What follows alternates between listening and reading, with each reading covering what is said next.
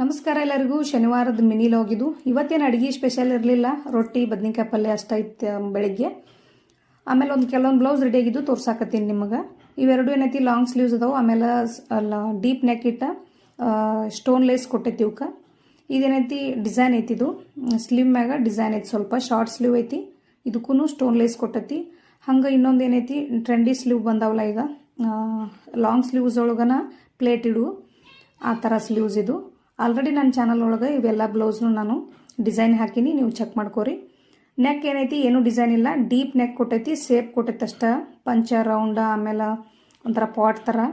ಅದನ್ನು ಬಿಟ್ಟರೆ ಏನೂ ಕೊಟ್ಟಿಲ್ಲ. ಆಮೇಲೆ ಎಲ್ಲದಕ್ಕೂ ಕಸಿ ಹಚ್ಚೈತಿ ಹಿಂದ. ಬಾಹುಬಲಿ ಸ್ಲೀವ್ಸ್ ಇದು ಟ್ರೆಂಡಿ ಸ್ಲೀವ್ಸ.